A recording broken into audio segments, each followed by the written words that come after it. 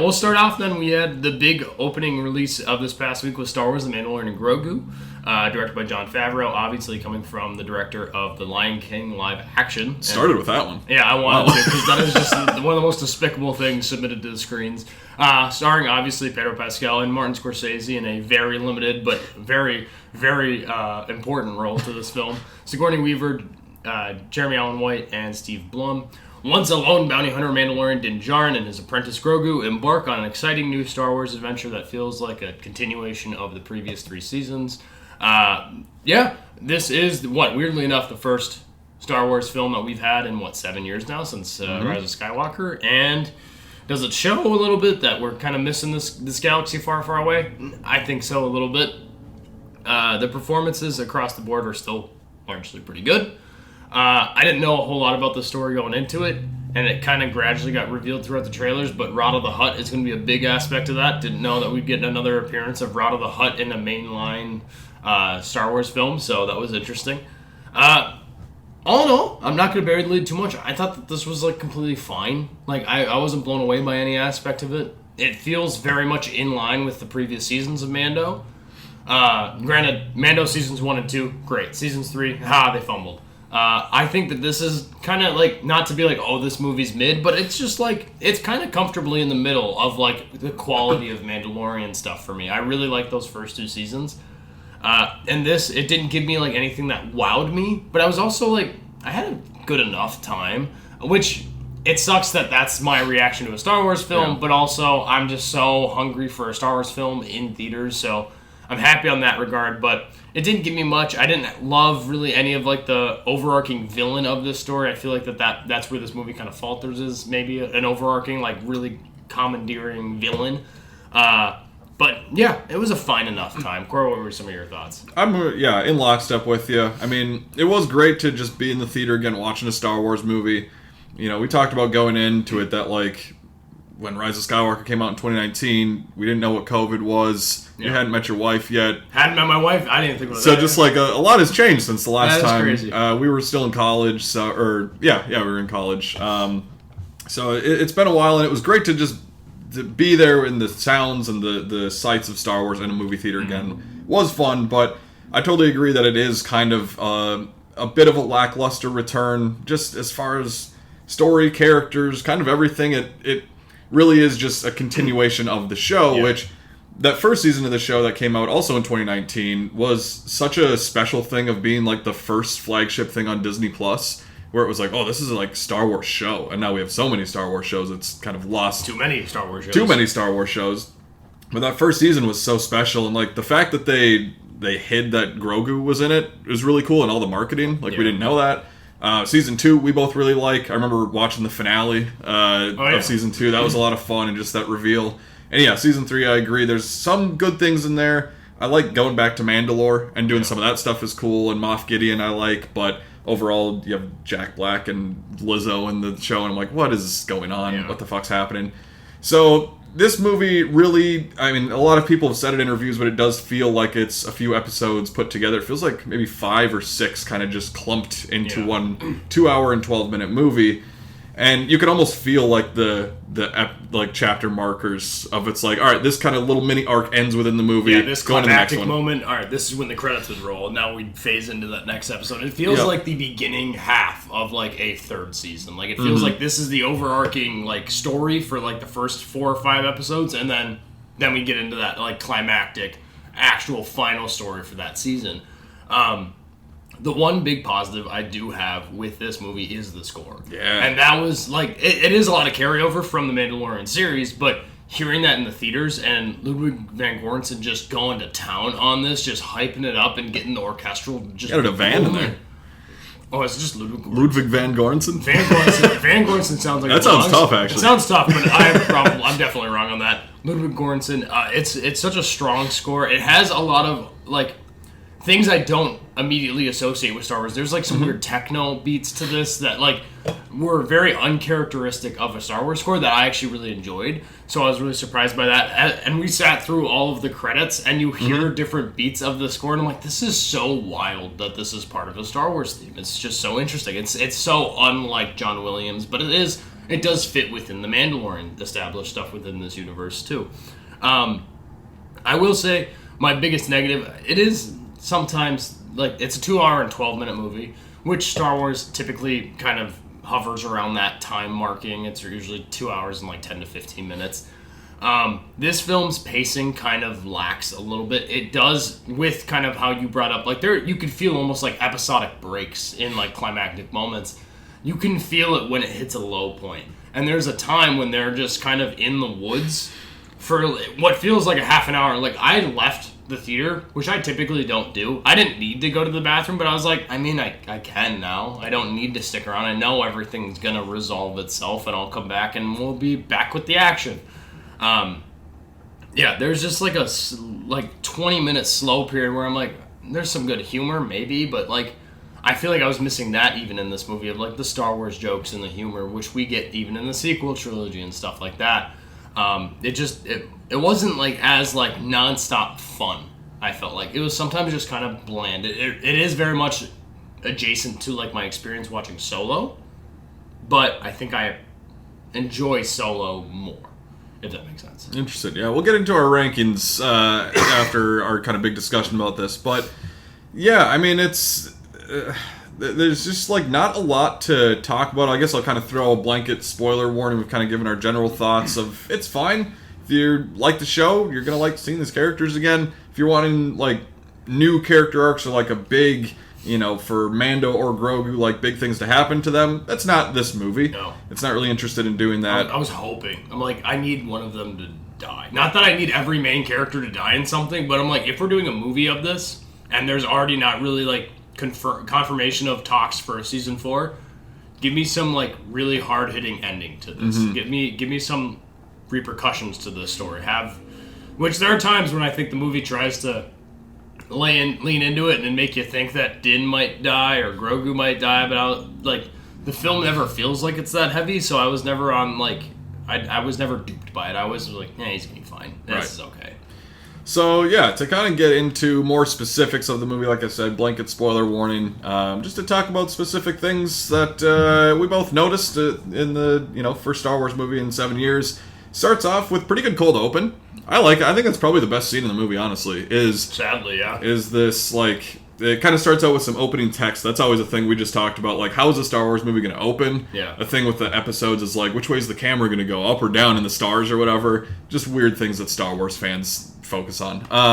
But with this one, we get a little text at the beginning, just kind of wrapping up the 3 seasons where there's Imperial remnants out there. It's kind of like shadow council of people that are trying to keep it alive. The New Republic is out there, and they're trying to take down these Imperials.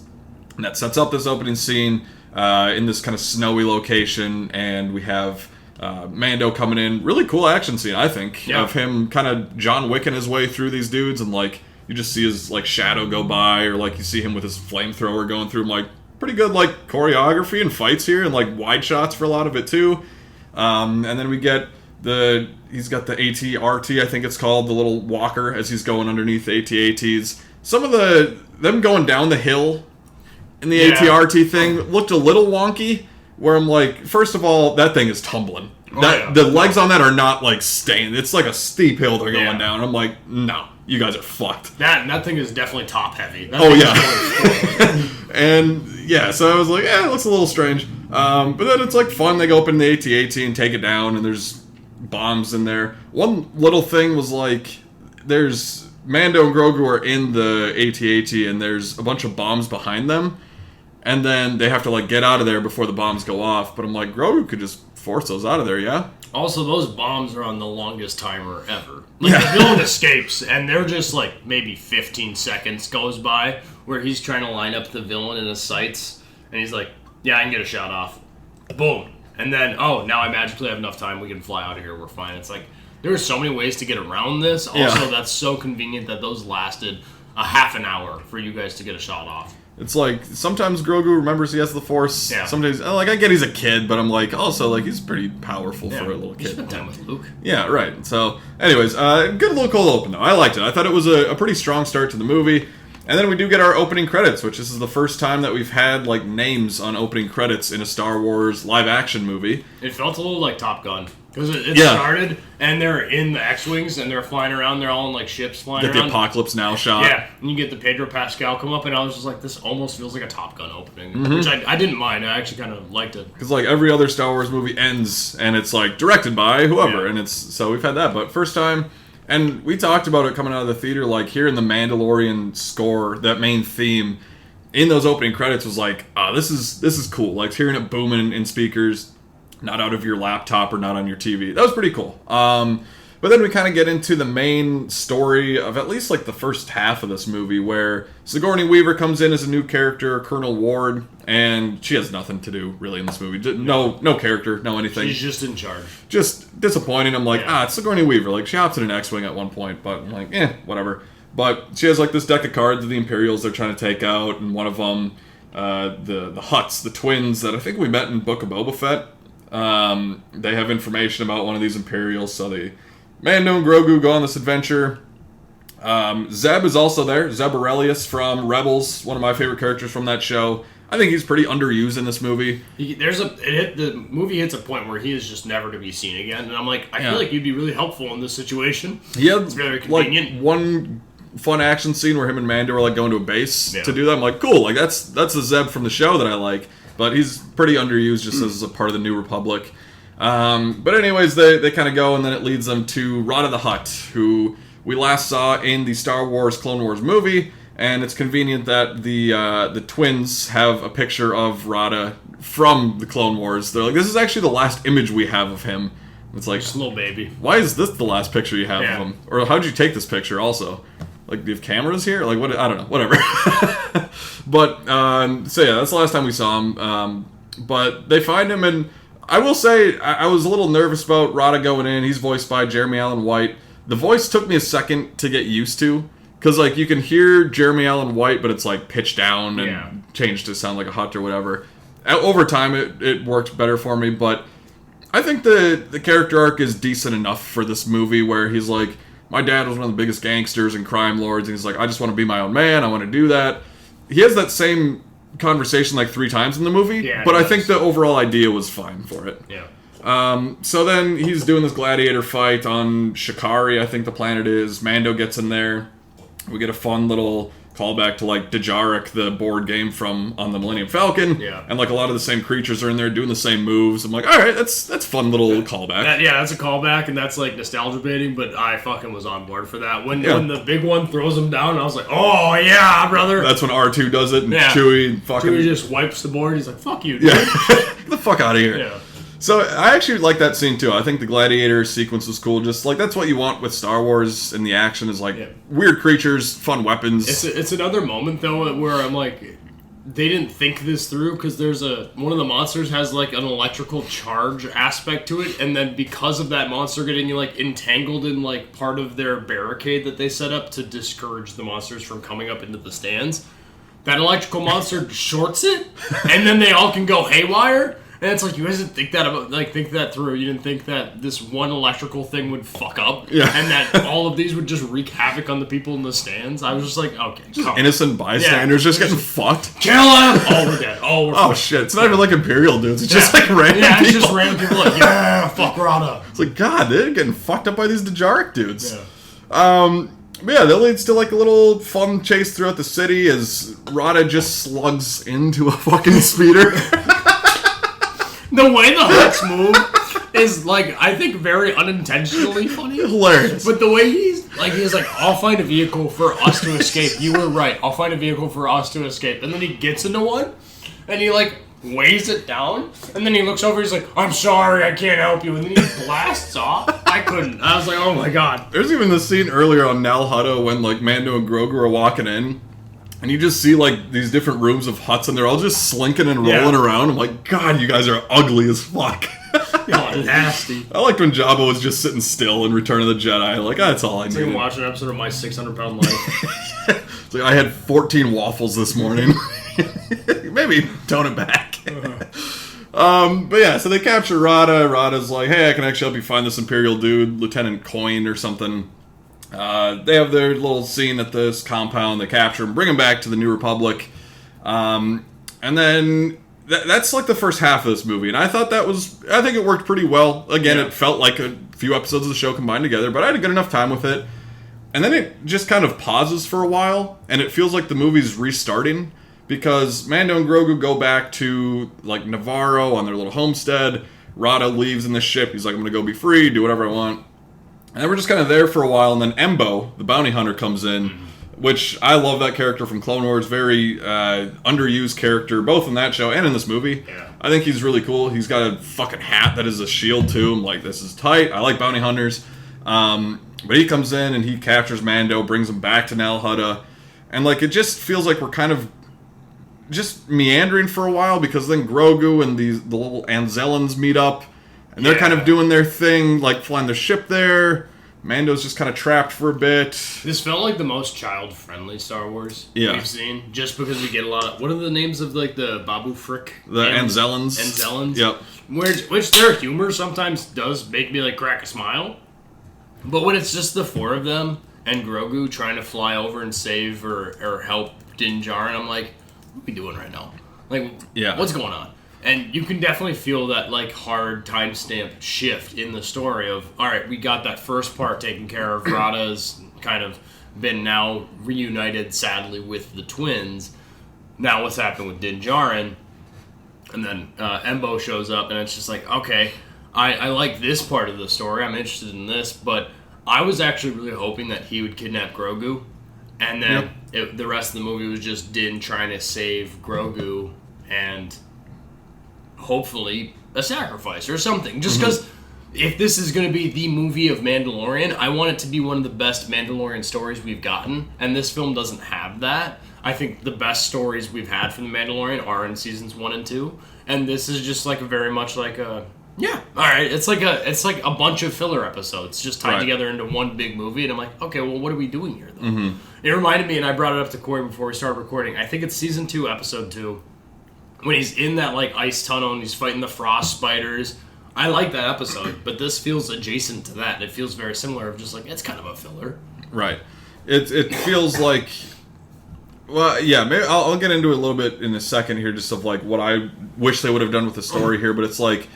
It works so well for episodic TV, and I think that's why it was so special with that first season, because it's like we haven't had this of like small bounty hunter stories of like 20, 30 minutes, and it's like if you're going to just do that for a movie, why not just do a season 4 then of that? But yeah, so I mean we get back to Nal Hutta on this planet, kind of meandered for a bit. I do actually kind of like the Mando goes in front of the huts and they take his helmet off and they're like, oh, this is like, you know, disrespecting your creed, which we've kind of like... We've done this before. We've done that and like found out that it's like, yeah, it's not really like as big of a thing anymore. Or at least really. For him. Yeah, for him. Yeah. Like after season 3, we kind of, not debunked it, but kind of worked through that a little bit. But they're like, oh, we've seen your face now. And so you can't like return to your ways. And I like Pedro Pascal's line is just like, well, I'll just kill you then. Yeah. You don't have to die. That's kind of a baller. I like that. But then he gets the, you know, the Rancor treatment, the trapdoor underneath. I actually like that scene of the big white snake, eel, whatever the fuck it is. That's pretty funny. He takes out some like early things in the water, and then you just see this big fucking white boy come up. You're like, holy shit. Good little like fucking water. White Iverson. Like, god damn. But I enjoy that sequence though. And then we get out of there. Grogu helps him escape. And then, you mentioned it, it's when we're in the woods for like 15, 20 minutes. And, you know, Mando got bitten by this eel that had like a poison in it. And Grogu uses his force healing, which I still just fucking hate. I hate that they introduced that. It's just way too convenient. I remember they introduced it in the Mandalorian episode the week before Rise of Skywalker came out. Because Grogu healed like Grief Karga or something. And then Rise of Skywalker came out, and I think Rey used it on Kylo or something. Kylo. And I'm just like, no, let's not. Stop doing this. Let's not dive into this. And he uses it again. I appreciate that it's not like he doesn't actually heal him here. Yeah, it just kind of closes the wound. Yeah. But then we're just in the woods for like 20 minutes of Grogu just like fucking around. He gets a stick, building meditating, a boat, building a little like tunnel for him to hide Din Djarin in, just so like the droids that are circling the woods won't find him. Yeah. Okay. And then he finds this old man, old alien, sitting on a chair, voiced by Stephen McKinley Henderson.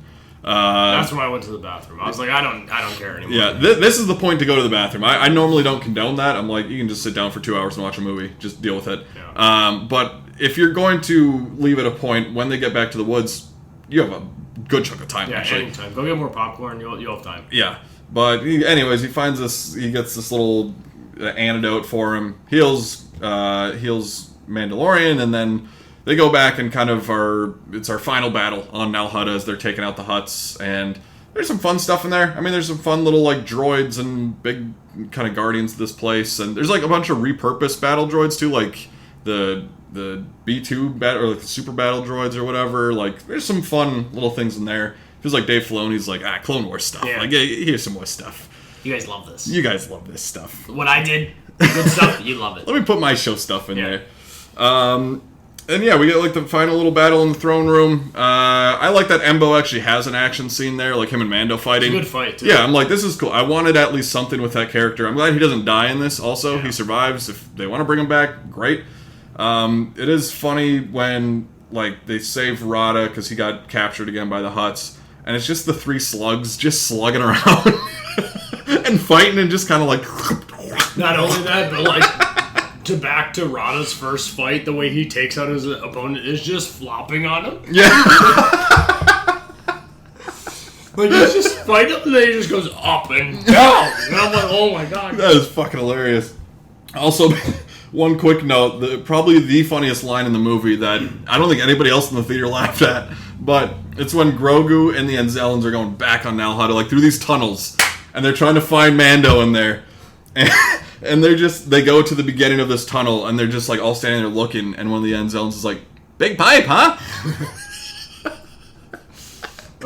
So we were just dying. There's little lines like that Mason and I just fucking lose. Is that an independent contractor? There's part where Amanda's like, I'm an independent contractor. If you've seen Love on the Spectrum, Adon, I think his name is. On his date with Danny, he dresses up in Star Wars. I'm more of an independent contractor. Yeah. Hilarious. Not Sith, not Jedi, more of an independent contractor. Bar. That's just such a bar. So good. Yeah, I mean, the final battle's fine. I think it's fun enough. The Hutts fall down because they're heavy as shit, obviously. And there's 3 of them on there. You're like, yeah, no shit, that fucking trapdoor is going to fall again. They fall through. Grogu saves them, forces them up. Embo escapes. The Hutts get eaten by the big white snake or whatever the fuck it is. I understand, because like the New Republic comes in. Sigourney Weaver's leading this team. Dave Filoni's there as Trapper Wolf. He was in the Mando series. The dumbest fucking names in all of Star Wars. He was like, what's the coolest name that I can have? For me with a hat all the time, I cowboy hat. How can I do this? That first shot of him in the bar earlier in the movie. It just took me out of the movie. I'm like, I know you were in the show before, so it's not like just a random thing, but I'm also just like... Anyone who knows anything about Star Wars is like, could you just fucking not? Yeah, like easy with it. Yeah. But the fucking X-Wings and the U-Wings and all this shit come in, and... at that point, I'm like, do we need to bomb the place? Do we need to carpet bomb? I was also thinking because I'm like, I think at that point, Mando, like the Hutts had died, and Mando like got a call from them. And he's like, all right, bomb my location where I'm at. I'm like, but the Hutts are like the bad Hutts are dead. Also, we don't need to establish a ticking clock when we don't need to. Like, they're gonna be coming down for a while. You don't need to. Hey, bomb this right now while I'm still in this throne room. Do it right now. It's like, you have time. You don't need to do that. Also, the Hutts are dead. Like, you don't... It's just so unnecessary. You want to kill the remaining droids? Sure, fine, fuck it, whatever. But yeah, do it right now. It's like, you're just establishing and finding a way to jerry-rig a ticking clock within the story to make it really interesting. And it's not. I'm just like, you guys had time. You didn't have to do this all right now. Also, like, are all the Hutts bad? Or, like, all the... Like, whatever their species is? Like, there's some that were just, like, slugging around, just having their weird little parties. I'm like... They just got fucked. Yeah. Wow. They just want to have a Modelo with the neighbors and hang out. Yeah, it's like, I guess take out the droids and everything, but I guess there's a little dogfight. We get that. Big fucking flop down in the water from Rada the Hutt and the other ones. Then we go back and Rada kind of joins the New Republic with Zeb. And Mando and Grogu go off on wherever their next adventure is. And then the movie ends. So... Kind of a basic a breakdown there. Just a few other notes. I did forget to mention Martin Scorsese's character when we were on Rada's the Gladiator planet during that sequence. He plays Hugo Durant. A couple things I want to note. He's a Ardenian character. This is getting into like... Same as Jon Favreau? Yeah, the Rio Durant character. We're getting deep into the Glupshido lore of fucking Star Wars here. Same from Solo: A Star Wars Story. Yeah, so voiced by Jon Favreau. One thing I appreciate about the character, it obviously just sounds exactly like Martin Scorsese, but they have the eyebrows of Martin Scorsese on this alien. Just big, bushy eyebrows on this alien at a fucking food truck. Making paninis or whatever the hell he's doing. And he's just like, yeah, I don't know. I don't have information. I got information, maybe. Who knows? I don't know. I maybe got the name. No, don't pay me that. I didn't tell you anything. Don't pay me that. I didn't tell you anything. So, after, Martin Scorsese's comments on, like, Marvel and theme park ride movies and all that stuff, interesting that he's here. Star Wars movie. Named after one of his movies as well, Hugo. So, anyways, there was that. Other little notes that I kind of had is, like, and something that Chris Stuckman brought up in his review that I thought was really insightful and really good that I felt but didn't know how to, like, process during the movie is that the edit of the movie feels really lethargic, where there's so many scenes where characters are walking to a scene and it's just like 5 seconds too long, where it's just like, trim this up. Like, we don't need the whole 5 minutes of the ship landing. We can trim out a little bit here. It could have been like an hour and 50. It could have been an hour 50, and that's my biggest thing is, like, I don't, like, if you want to stick with this story for this movie, I think that's fine, but you need to trim it down to an hour 45, hour 50. This should not be over 2 hours for this story that you're telling. Trim out that entire sequence of in the woods of healing Mando. Everyone knows Mando's going to come back. Yeah. We don't need to do this. And it just, like, get us back to that main final battle at the end. And just things like that where it's just, like, clean up, just, like, this is different than TV. You don't need to extend that out of a character walking for an extra 10 seconds. Clean that stuff up. My biggest thing is that and I think a lot of people probably feel this way too, but this story just didn't warrant this trip to the big screen for Star Wars.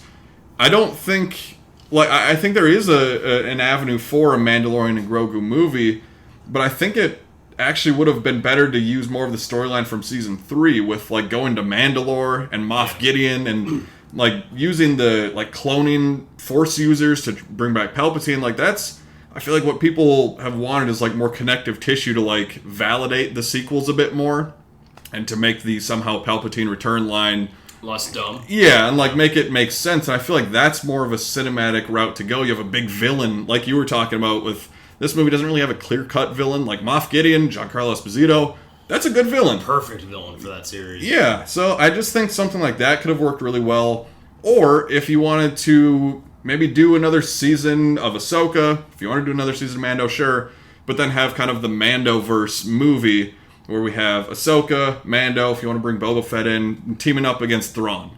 Thrawn, another great villain in Rebels, one of my favorite Star Wars characters, and have it kind of be the capper, because that warrants a trip to the big screen of, like, need a little bit more budget for this as compared to a TV show. So, and there's bigger stakes. Stakes. This film just kind of lacked stakes. I was like, okay, like, what happens after this? Oh, taking out another Imperial in the deck of cards. Like, I also, in that final bombing, I was so thrown by, like, the X-Wings and everyone coming down to save Mando. I was like, I never felt the desire or, like, the appreciation for Mando within the rebellion.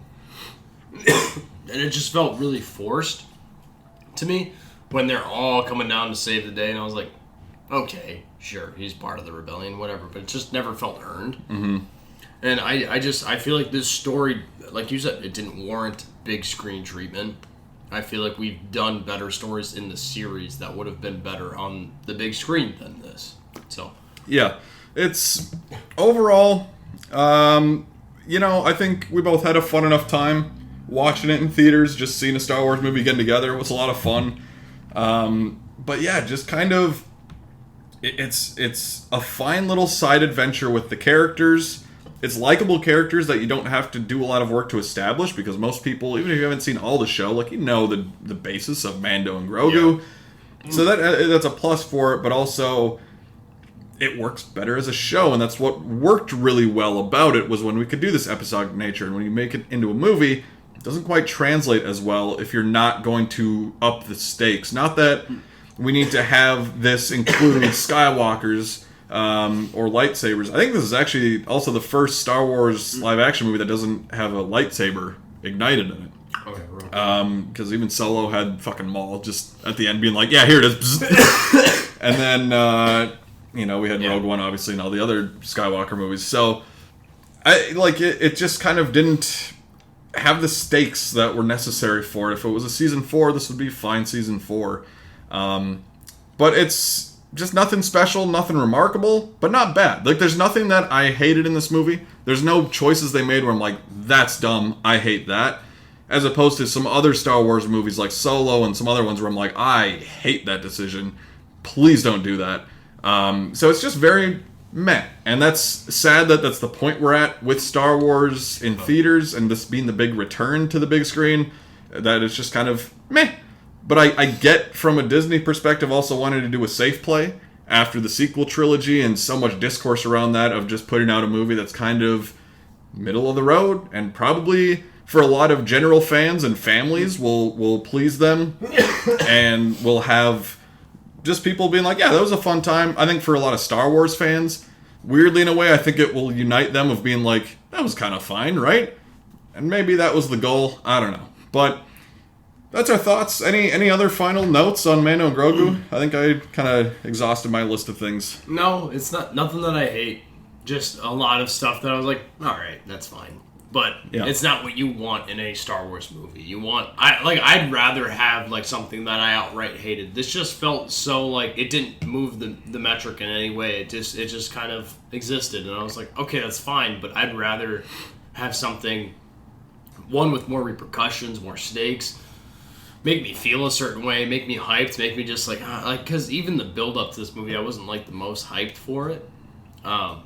Going into it, like literally yesterday when we went and saw it, I was like, all right, I'm starting feeling a little bit. Mm-hmm. And then you hear the score, and I'm like, all right, I'm feeling a little bit. But this just didn't have like a whole lot of weight. And I feel like if you're going to put Star Wars on the big screen, it needs to have some sort of stakes or massive repercussions for the overall universe. Whereas this story barely has repercussions for the main characters within the story, it feels like. Like, Din's just going to go on another mission. Like, cool, okay, whatever.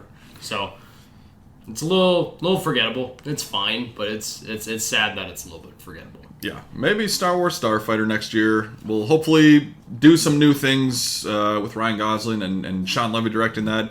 I'm excited for that, and hopefully this can maybe be a bridge to some better and more original and doing some different things in Star Wars movies.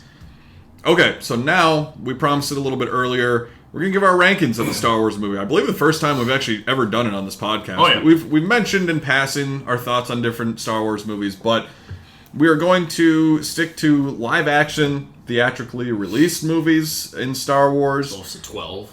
So, 12 of them. There are a few other ones. There's the Clone Wars animated movie that came out in 2008. That was Rada. Right before, with Rada also, yeah. So right before the show came out, and then we had the holiday special and the 2 Ewok movies. I'll talk about the 2 Ewok movies in a second.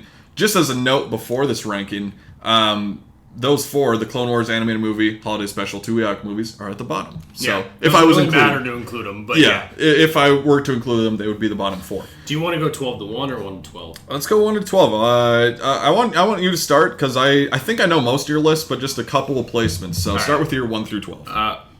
12 to 1 or 1 to 12? 1 to 12. 1 to 12. All right, number 1 is Empire Strikes Back. It's the best Star Wars movie ever. It's never going to change for me.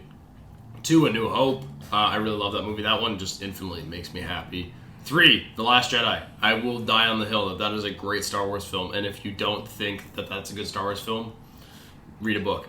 4, Rogue One. Another really good Star Wars film. I actually really like Tarkin in that. I know his face is a little gummy and weird, but I can get past it.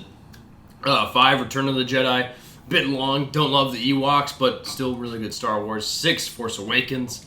7, Revenge of the Sith. 8, Rise of Skywalker, which I was telling you earlier, the ones that I pair together in my ranking are Revenge of the Sith and Rise of Skywalker. They kind of move together. 9, The Phantom Menace. 10, Solo. just a kind of a bland, similar to a lot of our critiques of Mando, just kind of like a nothing movie.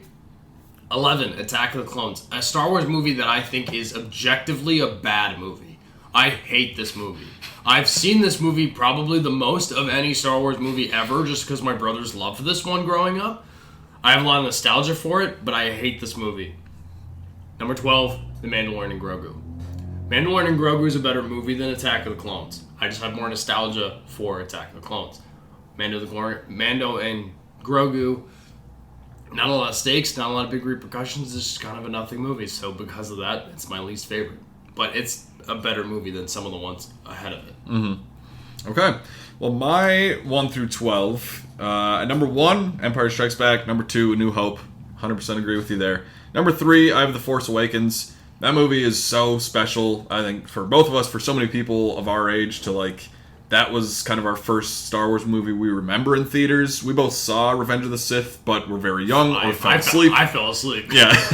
So we were 5 years old when that came out, so we didn't really have the consciousness to, like, appreciate it. So Force Awakens, I think, is still a fantastic movie. I can watch that any day. Number 4, I have Return of the Jedi. Number 5, I have The Last Jedi. Those two I kind of flip-flop a lot. It goes back and forth. Number 6, I have Rogue One. Number 7, I have Revenge of the Sith. Number 8, Rise of Skywalker. 9, The Phantom Menace. 10, Attack of the Clones. 11, Mandalorian and Grogu. And then 12, I have Solo, A Star Wars Story. For me, like, those bottom ones, like, Solo, for me, has so many choices in there that I just despise. Just on concept alone of doing this movie from the get-go. I have no people. Okay, Solo. The need to explain how Han Solo got his name, how he got his blaster, how he got his jacket, how he met Chewie, all this stuff. I'm just like, I hate this. Playing the Imperial theme in the thing, just little choices here and there. I'm just like, stop it. Yeah. Stop it. Just, I really hate it. The villain of the movie, Enfys Nest and all that stuff, I don't care about. Like, Maul showing up at the end is like, oh, interesting. It doesn't matter for this movie at all. L3, the droid, is annoying as shit. Very annoying. I think the only, like, positives of that movie are Lando. Donald Glover is Lando. I think that's actually really good casting. The Kessel Run's pretty fun. That's about it. Like, there's just so many other sequences in Mandalorian and Grogu that I would rather rewatch compared to Solo. And overall, it's more of just a fine movie. Solo, there's just more things that I dislike about it. So Solo does have some hard things to get through.